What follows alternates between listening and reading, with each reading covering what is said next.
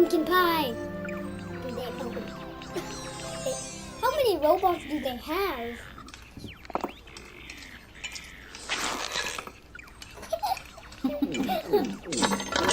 Dun dun dun! It's a little dry. You made a big mistake, Tim.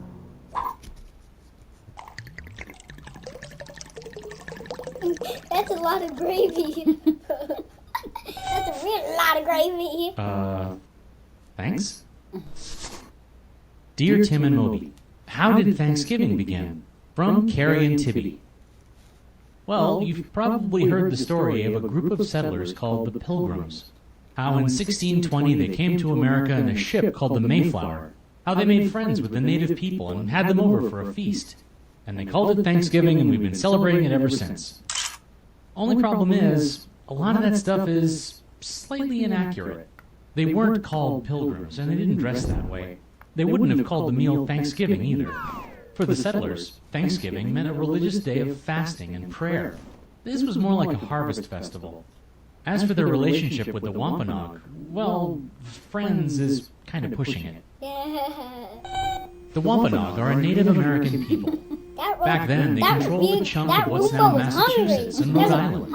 They've been living there for thousands of years, in dozens of different villages. And they'd been trading with European visitors for over a century. They'd never allowed any permanent settlement on their land, though. Then, in 1616, a disease brought by European traders swept the region. In just a few years, 2/3 of the Wampanoag died. Usamiquin, their leader, was worried about invasion. The Narragansett, a rival nation nearby, had been untouched by the disease. So, when the Mayflower landed on his doorstep, he saw an opportunity. The folks on the Mayflower were English. Back home, they belonged to the Church of England, the official state religion. But they believed the church had strayed from true Christianity. When it became clear they couldn't change the church, they started their own separate faith. These separatists left for Holland, where they were free to practice their beliefs. Eventually, they set sail for North America to build a society based around their version of Christianity. When they finally arrived, it was November, and winter was in the air. About 100 people stepped on shore, weak and sick from a difficult journey. They were totally unprepared for the harsh weather and the challenges of their new life. Low on food, they stole from Wampanoag stockpiles. And they robbed graves, taking jewelry and other valuables. Go get your own corn. By midwinter, people were dying every day of starvation and illness. Like the Wampanoag, the settlers feared their weakness would invite attack. And how did they get even? So they and took how drastic even did steps they to get hide it. blankets? They dragged the sick from their beds, propping them against trees with guns in But they their are hands. settlers, so they got some stuff. And they buried their dead at night. They came from England. Only half of them survived the They winter. got something. Fair enough. One day that March, a native man walked into the settlers' camp. Squanto? This was Samoset, a leader from Maine who was staying with the Wampanoag. To the settlers' astonishment, he said, Yeah, that's true though. How did Squanto not die? How did Squanto not die in that cold weather? He wasn't even wearing a shirt. He was only wearing this little tiny mini both skirt. groups were suspicious of the other.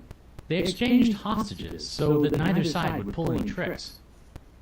Only then did John Carver, the governor of Plymouth, sit down with Usamiquin. He called Usamiquin by his title, Massasoit, which means great leader. They shared a ceremonial drink and agreed to terms. They would always meet in peace, and they would defend each other from attack. Peace. The treaty saved Plymouth. Plum. Usamiquin sent an English-speaking man named Tisquanto to stay with the settlers. The English called him Squanto, and he taught them how to survive. He showed them how to plant crops and thrive, and how to use fish as fertilizer. Tisquantum had actually grown up right there. Before the town became Plymouth, the Wampanoag called it He Pawtuxet. planted It was one the of the fish. villages that had been They wiped out by planted the disease. fish. The separatists chose the dead village as Fishes the don't site of have their settlement. seeds. The hard work of How did they planting plant had the fish already when been fishes done don't by even have Tisquantum. seeds? And thanks to his help, Plymouth had a bountiful harvest to celebrate in the fall of 1621. Going on the cob. Well, the settlers didn't send out formal invitations. The Wampanoag heard gunfire coming from Plymouth. Were the settlers attacking or being attacked? Usamiquan brought 90 men to find out.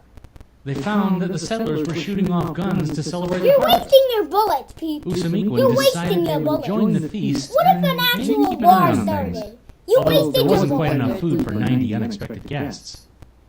So the Wampanoag went out hunting and brought back some deer. The eating, drinking, and celebrating went on for 3 days, and the alliance between the must two be groups would hungry. last almost That's half a lot of century. food for 3 days. Right, so how come we're celebrating this meal 4 centuries later? Well, in 1863, Abraham Lincoln established Thanksgiving as a national holiday. He thought it might help unite the nation during the Civil War. Most of the Thanksgiving traditions we have today No, came no from one that asked time. you. Turkey No one and asked pumpkin pie were you. popular in New England in 1863 Pumpkin and pie. 1621. Give me the pumpkin And those pie. buckled hats, 19th century artists made them up. Fake. They thought it made the so-called pilgrims look old-timey. And the tale of their struggle made a perfect national myth, an inspiring No, the story turkey about our isn't fake. They country's ate the values and turkey. history. It's just the The clothing. settlers were cast as the first Americans, boldly taming a wilderness. She doesn't Even in the look midst like of she's great happy hardship, about taking this. time to give thanks for what they had. She looks like. No, I bravery never and agreed gratitude to are this. awesome qualities we She should all looks try like. to live up to. I never agreed That's to kind of do the this. purpose of national myths, to provide examples of our best selves. But myths oversimplify complex stories. We know that Massachusetts was not a wilderness. It was home to a civilization that went back thousands of years. And Plymouth's founding was a dark turning point for those people. They were pushed off their land and had to adapt to a different way of life to survive. And that's how That pattern fancy was buildings repeated were across the made. continent for the next 200 years, That's which how is why fancy some Native buildings were Americans made. consider Thanksgiving a day of mourning. For those of us who do celebrate, we can honor that perspective.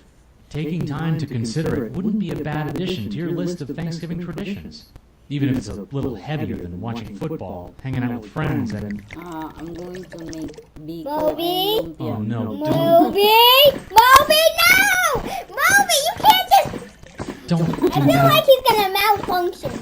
Is he gonna malfunction? Alright, we will go Oh to my god! I feel like Moby's gonna malfunction. I'll try this. Graded.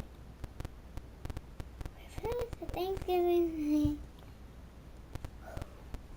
What is the question? What? For me. Player! I got this. I'm good at this.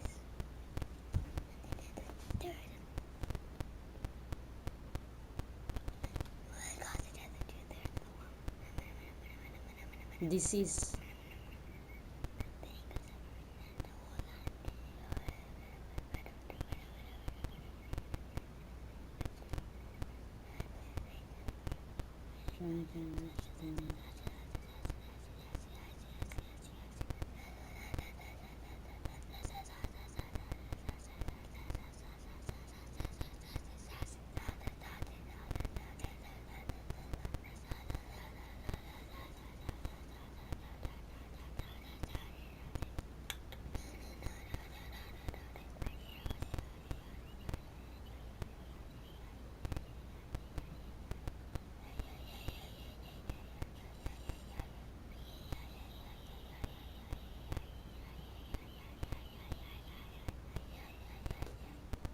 corn or the turkey.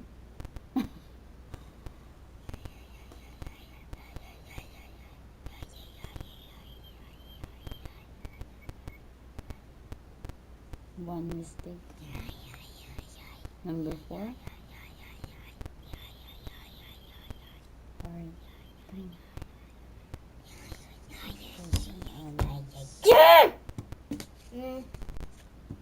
I want to watch another one.